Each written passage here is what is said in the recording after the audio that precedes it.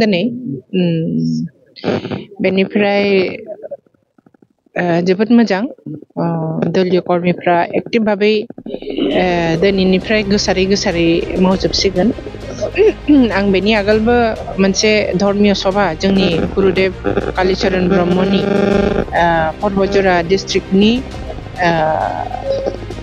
annual जुथुमायाव आङो हाबबोदों गतिके बे बोथोराव पर्वतजरायाव बेरायनो थाखाय पर्वतजरानि रायजो राजाफोरजों जयैनो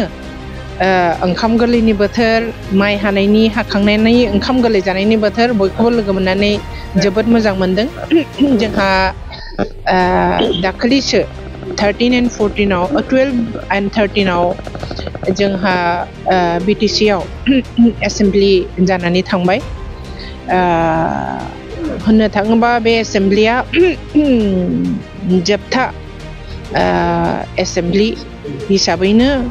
जोङो हमनानै लाजायो खारन BTC आव अलरेडि 5 बोसोरिया जोंहा जि फाइनान्सियेल इयार दंमोन बियो जोब्बायानो गतिके बे जुथुमाय बे एसेम्बलियाव जोङो पर्वतजरानि हिसाबैबो पर्वतजरानि बहुत खैथा गोनांथि सोंलुफोरखौ सोंनाय जाहैदोंमोन बे सोंनायनि बिथोराव जोङो माखासे फिननायखौ जोङो फोथायनो हायै एबा माबानो हायै मोनाखै जोङो फोथायनो हायै एन्सारखौ जोङो मोनदों आरो बिसोरो जोङो बारे होनदोंमोन पर्वतजरानिखौ लोब्बा लाखिनानै जोंहा जोंसार आरो जनक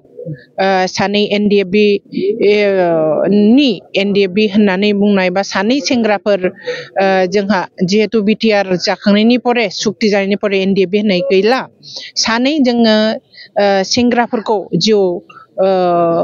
खोमादों बेनि बिथोराव सासेया जोंनि पर्वतजरानिनोमोन बिसोरखौ जोङो जवा 2 बोसोरनिफ्रायनो जोङो बिसोरनि थाखाय बिसोरनि एनकाउन्टार खालामनानै बिसोरखौनि जिउ खोमानायाव बिसोरनो मा अनसुंथाइ होदों सरकारि फालरफोरा बेसेबां एक्स ग्रेसिया होदों बे खोथाखौ जों बारे सोंलुबाय थादोंमोन बिसोरो सरकारि पक्षनिफ्राय प्रमद बर'नि सरकारा फेरेंगानि डिपार्टमेन्ट जिहेतु गोग्लैयो फरेस्ट डिपार्टमेन्टआव मावोमोन बिथांमोना थायोमोन फरेस्ट फेरेंगाजों लोब्बा लाखिनानै थाफायोमोन बे खोथाखौ बियो मालाबाबो तथ्य सहकारे बिथांमोनहा एक्स ग्रेसिया होदों होननानै बुंनायनि तथ्यखौ जोंनो 2 बोसोराव बिसोरो दासिमबो दाखिल खालामनो हायाखै बेनो प्रमान जे बिसोरो खुगाजोंल' पबित्र एसेम्बलियाव BTC नि एसेम्बलि हाउसआव बिसोरो खुगाजों जे खोथा होनदों पबित्र हाउसआव जे खोथा होनदों जे जोंसार आरो जनकनो एक्स ग्रेसिया होदों होननानै बे खोथाखौ बिसोरो होआखै दे बिसोर बे पबित्र एसेम्बलि हाउसआव जोंनि BTC नि एसेम्बलि हाउसआव नंखाय खोथाखौनो बिसोरो होनो नंखाय खोथाजों बिसोरो फाव फान्दायो बियो प्रमान जाबाय खारन एइबारनि एसेम्बलियावबो बिसोरो बे जनक आरो जोंसारनो एक्स ग्रेसिया होनायनि तथ्यखौ बिसोरो जोंनो टेबोलाव बा जोंनो बिसोरो दिन्थिनो हायाखै थिग बेबादिनो जोङो पर्वतजरानि दा आथिखालाव पर्वतजरायाव मोनफ्रोमबो हाग्रानिफ्राय साल दंफां बिफां इत्यादि उधाव जागासिनो दङ पर्वतजरानि रेन्जार अफिस प्रटेक्टर रेन्जार अफिस DFO अफिसनिफ्राय दंफाङा बिना अक्सन सरकारि भाबै अक्सन खालामालासेनो फेरेंगा बसुमतारिया फरेस्टनि EM जानानै बिथाङा गावनि पेटआव गावनि खाथिनि मानसिफोरनो गावनि निजा बबिया मानसिफोरनो पेटआव लिरै प्रत्येकता DFO अफिस आरो प्रत्येकता रेन्ज अफिस फरेस्ट अफिसनिफ्राय सिज खालामनाय दंफांफोरखौ लानानै थांगासिनो दङ बेफोरो इलिगेल बे खोथाफोरखौ जों सोंलुनानै जों तथ्य बिदोंमोन नाथाय फेरेंगाया होनो हायाखै जोंनि पर्बतजरानि साल दंफाङा गोमागासिनो दङ जोंनि पर्बतजरानि अफिसाव हमजानाय सिज खालामनानै दोननाय दंफांफोरा बिना अक्सनाव बियो गोमागासिनो दङ फेरेंगानि पेटआव लानानै फेरेंगाया दस्रायाव फानहैगासिनो दङ बेफोरबायदि सोंलुखौ जों सोंदोंमोन नाथाय फेरेंगाया बेनि खुनु जुक्तिखौनो बियो होनो हायाखै बियो very अनफर्चुनेट आरो जों बहुत खोथा सोंदोंमोन हानि हा पाट्टा होनायनि खोथाखौ जों सोंदोंमोन बिसोरो मानसिनो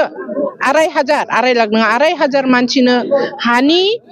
पाट्टा होनायनि नाम सहकारे जोङो दाखिल खालामनो तथ्य दाखिल खालामनो थाखाय बेखौबो जोङो बिथांमोननाव बिदोंमोन बेखौबो बिसोरो संखाल' होनदों आरो हानि सोरनो होदों बेखौ तथ्य बिसोरो होनो हायाखै बेनो प्रमान जे बिसोरो नंखाय खोथा बुंदों बे 2,500 जे हानि हा होदों हा पाट्टा होदों होननानै बुंदों बियो एक्चुअली हा पाट्टा नङा बियो जोङो बटवारा मोननायसो जोंहा मोनथाय प्रत्येकता बिमाया बिफानि हाखौ फिसाफोरनि नामाव ट्रेन्सफार जायो बे ट्रेन्सफारखौसो बिसोरो खालामनो हादों जायनि थाखाय बिसोरो हा होदों होननानै बुंनाय बे तथ्यखौ जोंनो होनो हायाखै रायजो राजाफोरनो मिसलिडिं मिसा खोथा बिसोरो होनगासिनो दङ 4.5 बोसोर कमप्लिट जाबाय 5 बोसोर एप्रिल मासनि 8 तारिखआव 5 बोसोर दिन तारिख आरो समय कमप्लिटली 5 बोसोरनि थाखाय जोबगोन गतिके बेखिनियाव दिनै UPPL सरकारा ए बिग जिर' फर BTC नि रायजो राजानो होबाय होननानै बेनो प्रमान आरो दिनैनि दिनाव बिसोरो अरुणोदयनि थाखाय अरुणोदयनि खोथाखौ लानानै बिसोरो पलिटिक्स खालामगासिनो दङ UPPL आव थायोब्ला BJP आव थायोब्लासो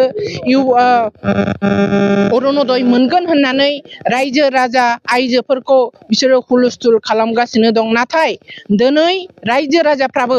बेखौ मिन्थियो जे UPPL सरकारा बे आसाम गभर्नमेन्टनि बे अरुणोदय स्किमखौबो होफुंनाय नङा बियो जवा MP इलेक्शननि थांनाय MP इलेक्शननि मोनसे प्रलोभनमोन जे प्रलोभनखौ दिनैसिमबो जाफुंहोनो हायाखै आरो बे 0.3 अरुणोदयखौबो बिसोरो जाफुंसार होनो हानाय नङा बेखौ प्रत्येक जन आइजोआबो दिनै अनुभव खालामो गतिके BPF नि स्टेटासा दिनै बिराद स्ट्रं लैहोर रायजोआ एबार BPF को हाग्रामा महिलानि नेतृत्वआव BTC आव सरकार थिसनफिनगोन बेयो रोखा गोजोन्थों एप्रिल मासनि 2025 नि एप्रिल मासनि 8 तारिखआव दिन तारिख आरो समय 5 बोसोर कमप्लिट जागोन UPPL नि थाखाय बेखिनियाव बिसोरो 5 बोसोराव कमप्लिटली फेलियर एक गिदिर लाथिख BTC नि रायजो राजानो जेबो होनो हायाखै रुरेल डेभलपमेन्टनि खोथाखौबो जों सोंदोंमोन रुरेल कानेक्टिभिटी मा खालामदों 5 बोसोराव जिरो कुनु गामिनि रायजो राजानि थाखाय नांगौ लामा दथा इत्यादिखौ बिसोर खालामफुंनो हायाखै जेरैथिंबो UPPL सरकारा रायजो राजाफोरखौ थगायदों फेलियर आरो जोंनि BTC खौ बिसोरो फाननो नाजागासिनो दङ जाहाथे फाननो हाया बेनि थाखाय रायजोफ्राबो दिनै BPF जों थाफानानै होबथागोन गोजोन्थों